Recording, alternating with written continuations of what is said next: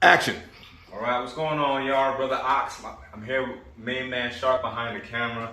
Today we're doing an intro to suppressors, and I say intro because we're not gonna do a deep dive.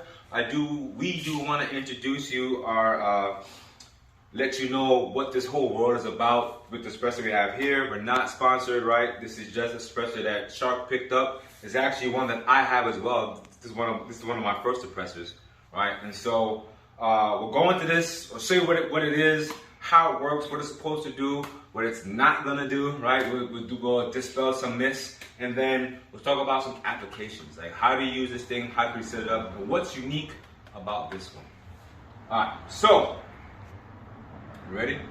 All right, so this is the Rugged Suppressor Obsidian 9, right, from the company Rugged Suppressors, right? Now, let's backtrack, right? Suppressor is also called a silencer. That's what most people know it as, right? And if you watch enough movies, when you hear it, we go, right? It's real quiet, barely sounds like a baby fart. In real life, they call suppressors because one, they do lower the sound output, right? The decibels. But what they also do, the reason what the other application of suppressor is they suppress the flash. What I mean is, in certain firearms, depending on the length and different calibers they're using, when you shoot, right, you'll see a muzzle flash. That is a result of unburned gas, right? But with a suppressor, what it does, it helps to mitigate that flash. So if you were in a real active combat situation, if it's low light or no light, right, you want to hide your signature, this thing right here will help you do that. Right, the easiest way to find somebody is look for the bright bang, right? And so that's really what a lot of the pros use these for. Yes, there is some sound suppression, but the main thing they use it for is to mitigate or hide the muzzle flash. Okay, so with that being said, let's open this up and let me stop talking through the casing. So actually, let's backtrack. I'm getting ahead of myself. How do you get one of these? Getting one of these is a process. It's a lot of paperwork, fingerprinting, stool samples. Just kidding, right? But the fingerprinting, a lot of forms to fill out, and then you gotta pay whatever the cost of this is. You pay extra $200 to the government. Why? Because government, right? And then you wait.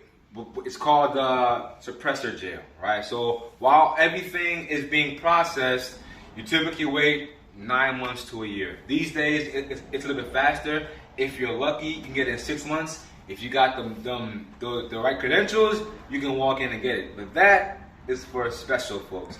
I'm not one of those folks. So when I ordered mine, I waited 11 months.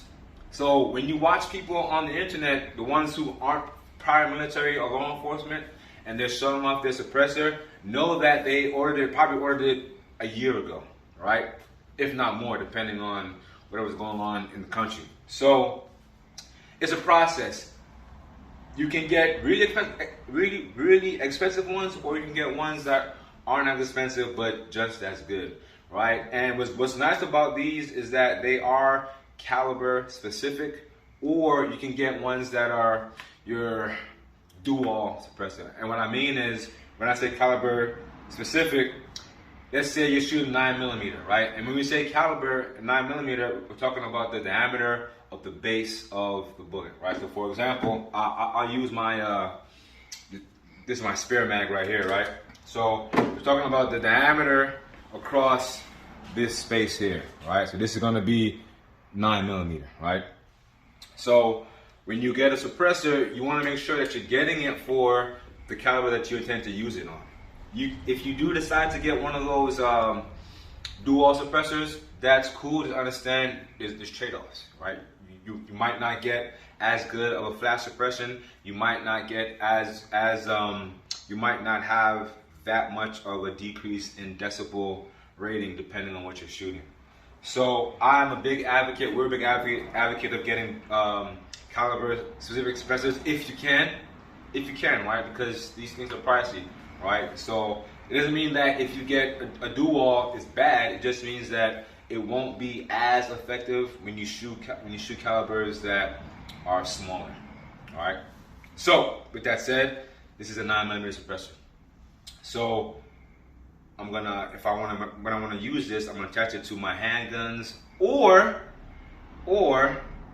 you can also attach these to 300 blackout pistols or rifles, but only if you use subsonic ammo. And I think this part is where I'm not 100% on, because I didn't do enough research, and that's my bad. But I think it has to do with the velocity, right? Subsonic rounds, 300 blackout, right?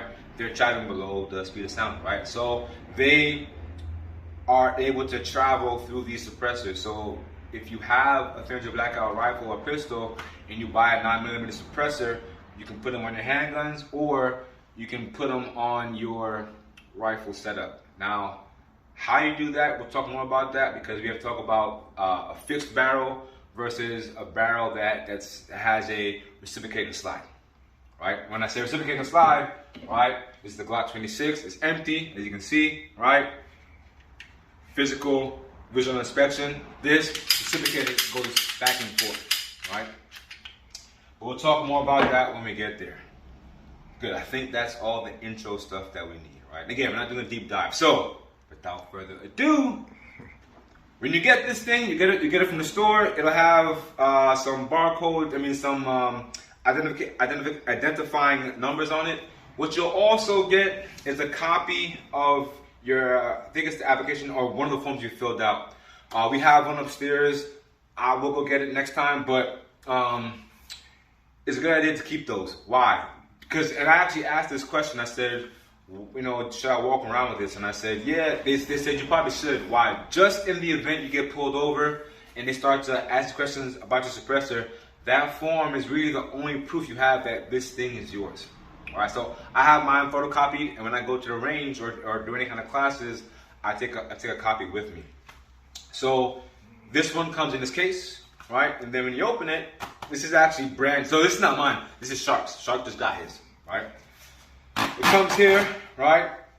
It comes, like I said, this thing is fresh out the bag. It still got some of the ooh, wow, this is fresh. And I say that because I have mine. Mine's about 2 or 3 years old, and you're gonna see the difference, right? So it comes out the bag. Now, what's nice about these is that they are modular. Now, what does that mean, right?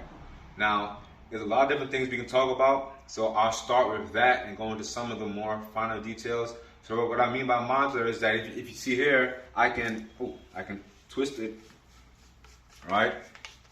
All right. I can twist it. I can twist it, boom, and it comes. Ooh, wow, this is clean. All right. So I can twist it, take off this tail cap right here. I don't want to damage the stuff, but I can take it off and then put it here, and then you'll have a shorter can, right? And I'll show you what it looks like in a second. I just want to highlight that, right?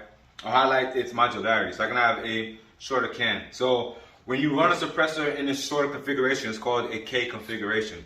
So if you're shopping for suppressors and you see, for example, you know, Ox Suppressor K, that means that it's a shorter length. Now inside, if you can take a look here, under the lighting, right, you have these baffles here. You line up, you can take them out, right? Ooh, man. Right? And this is what helps mitigate the gas, right? So that it comes out quieter. And then down here, you have a buffer, right?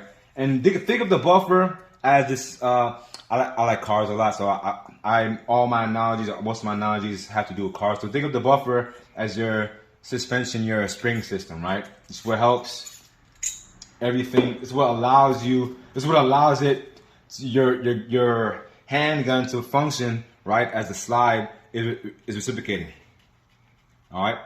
Now, what I will say is, since we're talking about that topic right now, right? If I wanted to attach this suppressor, let's say to my 300 blackout, or maybe a pistol caliber carbine, right? It's a firearm that shoots 9mm. If I wanted to attach this to something like that, I would have to get a different buffer system, and I'll show you. Where is it? I'll show you, right? So actually, this is that. I have it attached to. Right, this is So it's empty again, right? See the actions open, right? We'll right, we're here, drop it, we'll lock it open. Right, this is a pistol caliber carbine, right, Stribog. Now, I have it configured in the K configuration, which means the short configuration, right? Now, if you look at his compared to mine, his has a little bit more of a gleam, that fresh look. Mine's kind of oily, kind of beat up, right? Now, what I had to do to attach it here is first get a tri-lug mount, which is basically a mount that allows me to do a what's called a quick detach. Boom. So if I want to take it off, I press down, twist, it's open, it's off, right? But talking about the buffer system, see if I can get it off. Let me see. Let's use this. Put it off.